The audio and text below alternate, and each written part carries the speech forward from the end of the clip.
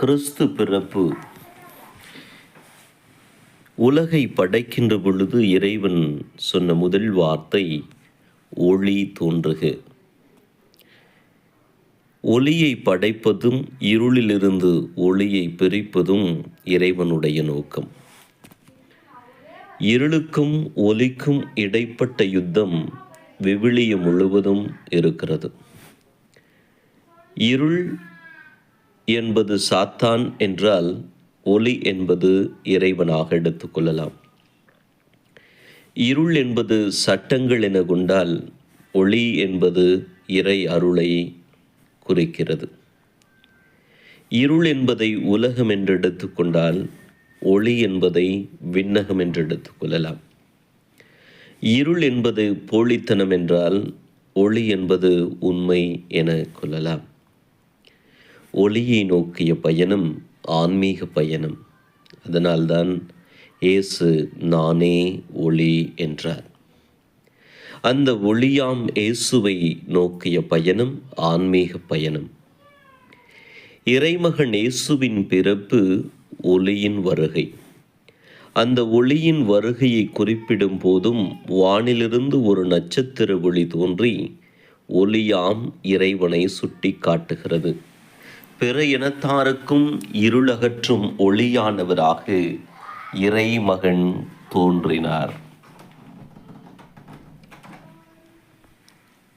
கிறிஸ்து பிறப்பு விழாவானது பெரும்பாலும் அடையாளங்களை விஸ்வரூபம் எடுக்கச் செய்து அர்த்தங்களை வலுவிழக்கச் செய்வதாக இருக்கிறது. குடில்கள் அனைத்தையும் மாளிகைகளாக்கி மாளிகையை வெறுத்த மாபரனை பகட்டின் பக்கங்களில் படுக்க வைக்கிறது. நட்சத்திரங்களும் குடில்களும் கிறிஸ்மஸ் மரங்களும் புடைசூழ கந்தையில் பிறந்த பாலகனை கரன்சியில் பிறக்க வைப்பதா கிறிஸ்மஸ்? உண்மையில் கிறிஸ்து பிறப்பு கொண்டு வருகின்ற செய்தி என்ன? சொல்லித்தரும் பாடம் என்ன? பிறர் அன்பு. பிறர் உங்களுக்கு செய்ய வேண்டும் என விரும்புகிறவற்றை எல்லாம் நீங்களும் அவர்களுக்கு செய்யுங்கள் என்கிறார் இயேசு. இதை ஆங்கிலத்திலே கோல்டன் ரூல் என்று சொல்லுகிறார்கள். இயேசுவினுடைய பிறப்பு நமக்கு சொல்லித்தரும் முக்கியமான பாடமே இதுதான்.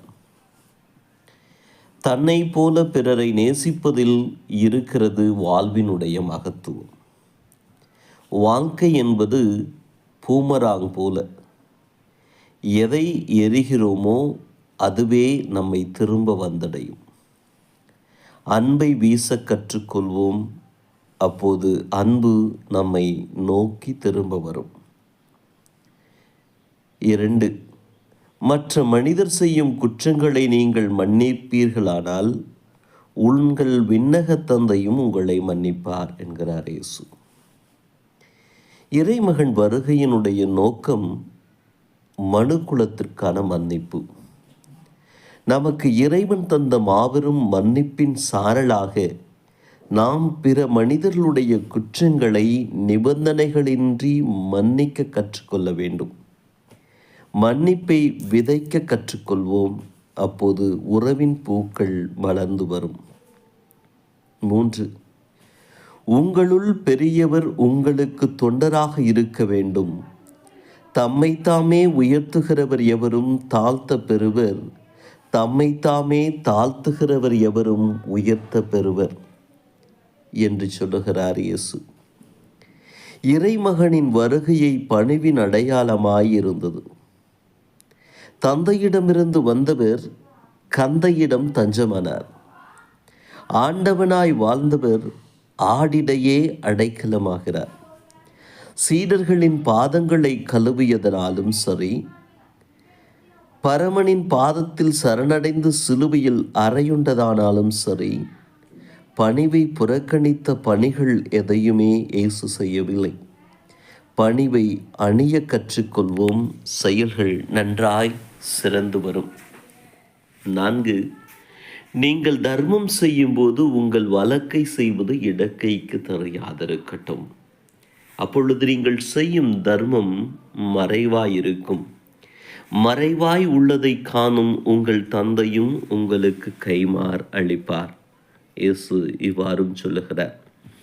இறைமகனின் வருகையின் நோக்கங்களில் ஒன்று மண்ணுலகின் போலித்தனங்களை அருந்தறிந்துவிட்டு மனிதத்தை விநியோகிப்பது. வெளிப்படையாக தம்பட்டம் அடிக்கின்ற செயல்கள் ஈகையானாலும் சரி, ஜெபமானாலும் சரி, ஆன்மீக நோன்புகளானாலும் சரி, அவையெல்லாம் அர்த்தமற்றவையே. மறைவாய் செய்வதே உயர்வாயிருக்கும். மனிதத்தை மறைவாய் செய்ய கற்றுக்கொள்வோம். மனித மாண்பு சிதையாமல் இருக்கும். 5. அவர் தனியே இறைவனிடம் வேண்டுவதற்காக ஒரு மலையின் மேல் ஏறினார். பொழுது சாய்ந்த பிறகும் அவர் அங்கேயே தனியே இருந்தார். இறைவனின் பாதத்தில் காத்திருக்கும் அனுபவம் அலாதியானது. இறைவனிடம் தனிமையில் பேசிக்கொண்டிருக்கும் தருணம் அற்புதமானது. இறைமகனின் வாழ்க்கையில் அது தொடர்ந்து கொண்டே இருந்தது. பணி வாழ்வில் நுழைவதற்கான அவரது காத்திருப்பும், பணி வாழ்வின் பாதையில் அவரது காத்திருப்பும் நம்மை வலுவூட்டுகிறது. காத்திருக்க கற்றுக்கொள்வோம். கர்த்தரிடத்திலிருந்து பெற்றுக்கொள்வோம். 6. நான் ஆண்டவரின் அடிமை, சொற்படியே எனக்கு நிகழட்டும் எனும் மரியாளின் வார்த்தையில் இயேசுவின் வருகைக்கான முன்னுரை எழுதப்பட்டிருக்கிறது. முழுமையாய் கடவுளிடம் அர்ப்பணித்த மரியா இயேசுவின் தாயானார். முழுமையாய் தன்னை அர்ப்பணித்த இயேசு மண்ணுலக மகனானார். முழுமையாய் நம்மை அர்ப்பணிப்பதில்தான் கிறிஸ்து பிறப்பின் மகத்துவம் இருக்கிறது. உலகின் தேடல்களுக்காய் நமது நேரத்தையும் திறமைகளையும் அர்ப்பணிப்பதை விட்டுவிட்டு இறைவனின் பாதத்தில் நம்மை முழுமையாய் அர்ப்பணிப்போம். அதன் மூலம் அறப்பணிகளை கையெடுப்போம். 7. இடுக்கமான வாயிலின் வழியே நுழையுங்கள், ஏனெனில் அழிவுக்குச் செல்லும் வாயில் அகன்றது, வழியும் விரிவானது, அதன் வழியே செல்வோர் பலர். வாழ்வுக்குச் செல்லும் வாயில் மிகவும் இடுக்கானது, வழியும் மிக குறுகலானது, இதை கண்டுபிடிப்போர் சிலரே.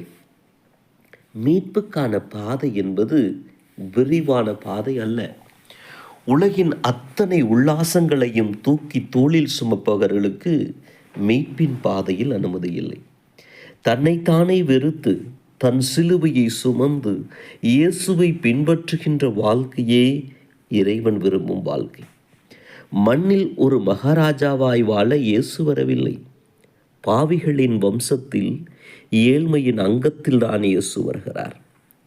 சரியான வழிகளை தேர்ந்தெடுப்போம். மீட்பின் வழிகளை ஏற்றுக்கொள்வோம். 8. நல்ல மரம் நச்சு கனிகளை கொடுக்க இயலாது, கெட்ட மரமும் நல்ல கனிகளை கொடுக்க இயலாது. நல்ல கனி கொடாத மரங்கள் எல்லாம் வெட்டப்பட்டு நெருப்பில் எறியப்படும். நமது வாழ்க்கை கனி கொடுக்கும் வாழ்க்கையாயிருக்க வேண்டும் என்பதை இயேசுவின் எதிர்பார்ப்பு. மரியின் கனியாக மண்ணில் தனியாக வந்த இயேசு நமது செயல்களே நமது கனிகள் என்றார். இயேசுவின் பிறப்பு முதல் உயிர்ப்பு வரை அவரது செயல்கள் எதுவுமே கனியற்றவையாயிருக்கவில்லை. அவரது போதனைகள் மனுக்குலத்தின் மகத்துவங்கள். நமது வாழ்க்கையையும் கனி கொடுக்கும் வாழ்க்கையாய் கட்டி எழுப்புவோம். அதற்காய் நமது செயல்களை செப்பனிடுவோம். 9. நீங்கள் பேசும்போது ஆம் என்றால் ஆம் எனவும் இல்லை என்றால் இல்லை எனவும் சொல்லுங்கள். இதைவிட மிகுதியாகச் சொல்வது எதுவும் தீயோனிடத்திலிருந்து வருகிறது. இறை வார்த்தைகளை கற்பிக்க வந்த இயேசு நமது வார்த்தைகள் நேர்மையானவையாக, உறுதியானவைகளாக இருக்க வேண்டும் என்று விரும்புகிறார். அவரது வாயினின்று வரும் வார்த்தைகள் செயலாற்றாமல் செல்வதில்லை.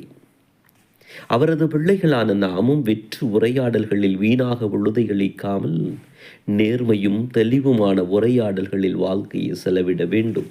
நாவுக்கு நங்கூரமிடுவோம். அப்போதுதான் நமது வாழ்க்கை கப்பல் அலைகழிக்கப்படாமல் இருக்கும். நிராகரிப்பு. இது 10. உடலின் இச்சைகளுக்கு உங்களை கீழ்ப்படிய செய்யும் பாவம் சாவுக்குரிய உங்களின் உடலின் மீது ஆட்சி செலுத்த விடாதீர்கள். பாவத்தை நிராகரித்து வாழ்கின்ற வாழ்க்கையை இயேசு வாழ்ந்து காட்டினார். சாத்தான் சோதனைகளை அவர் முன்னால் அடுக்கடுக்காய் நீட்டிய போதும் அவர் சலனப்படவில்லை. அவற்றை நிராகரித்து வாழ்ந்தார். பாவத்தை நிராகரிப்பதில் நாகரிகம் பார்க்க தேவையில்லை. பிறர் மனம் புண்படுமே என பாவத்தை அங்கீகரிக்கவும் தேவையில்லை. நாம் பாவத்தை நிராகரிக்கும் போது இயேசுவை அங்கீகரிக்கிறோம். இயேசுவை அங்கீகரிக்கும் போது கிறிஸ்து பிறப்பை அர்த்தமுள்ளதாய் மாற்றுகிறோம்.